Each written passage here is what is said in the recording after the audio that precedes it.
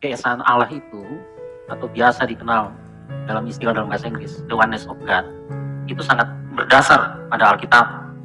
Di Ulangan 32 ayat 6, ya, jelas sekali dikatakan bahwa Yehova itu adalah Bapa itu. Yesaya 63:16 juga menegaskan seperti itu. Yesaya 64 ayat 8 seperti itu juga. Yehova itu adalah Bapa. Dan Yehova itu di dalam Ulangan 6 ayat 4 dikatakan Tuhan, ya, yang Esa, Yehova yang Esa. Kalau kita lihat di Perjanjian Baru, Tuhan Yesus adalah Yehova itu sendiri. Tidak ada yang lain selain Dia. Matius 1 ayat 21. Nama Yesua di situ adalah akronim dari Yehova Yasa. Sebab Dialah yang datang menyelamatkan umatnya dari dosa. Jadi tidak mungkin ada Tuhan yang lain selain Tuhan Yesus. Karena Dia adalah Yehova itu sendiri.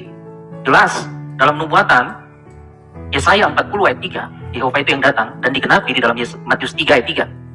Ya, Tuhan yang dipersiapkan jalannya itu adalah Tuhan yang sama. Gak ada dua Tuhan, apalagi tiga. Itu tidak berdasar pada Alkitab. Ya. Nah, kalau kita melihat sepanjang Alkitab dari Kejadian sampai Wahyu, itu hanya ada satu Allah yang Esa, satu pribadi. Yesaya 44 ayat 24 dikatakan, aku seorang diri yang membentangkan langit dan bumi. Aku seorang diri itu jelas-jelas seorang diri. Tidak mungkin Tuhan berbohong. Ya. Kemudian di dalam Efesus 1 ayat 17, Yehova yang adalah Bapa itu disebut Bapa yang mulia. Itulah Tuhan Yesus Kristus. Ada menemukan di dalam Alkitab, ya, Allah itu yang dipercaya oleh Abraham, Ishak dan Yakub. Dari Kejadian sampai Wahyu, Allah itu tiga pribadi. Satu hakikat saya belum pernah lihat satu ayat pun mendukung itu, bahwa memang ada tiga pribadi. Yang ada hanya satu pribadi, seorang diri. Ingat pernyataan saya tadi, seorang diri. Ya, dikatakan di dalam Ulangan 6 ayat 4, dengarlah Israel, Tuhan Allah kita, Tuhan itu Esa. Dan jelas sekali tidak berhenti sampai di situ, karena iblis pun ya mempercayai Tuhan itu hanya satu dan satu-satunya. Tetapi dia tidak mengasihi Tuhan, makanya diikuti dengan perintah di ayat 5-nya. Kasihilah dia dengan segenap hatimu, dengan segenap jiwa ragamu, dengan segenap akal budimu.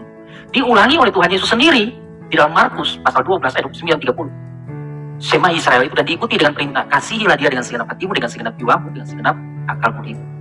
Ya, dan jelas aplikasinya lebih ditekankan lagi oleh Tuhan Yesus di dalam Matius pasal 10 ayat 34, 35 sampai 37. Tuhan Yesus bilang begini, kalau kamu mengasihi bapak ibumu lebih daripada aku kamu gak layak ikut aku. Kalau kamu mengasihi anak-anakmu lebih daripada aku, kamu gak layak ikut aku. Kalau kamu mengasihi nyawamu lebih daripada aku, kamu gak layak ikut aku. Di dalam 1 Korintus 16 ayat 22, dengan tegas Rasul Paulus mengatakan, anatema. Jadi bapak-bapak gereja yang membuat konsep Tritunggal itu gak tahu, gak jelas menganatema. Tapi Paulus dengan jelas menganatema. Barang siapa yang tidak mengasihi Tuhan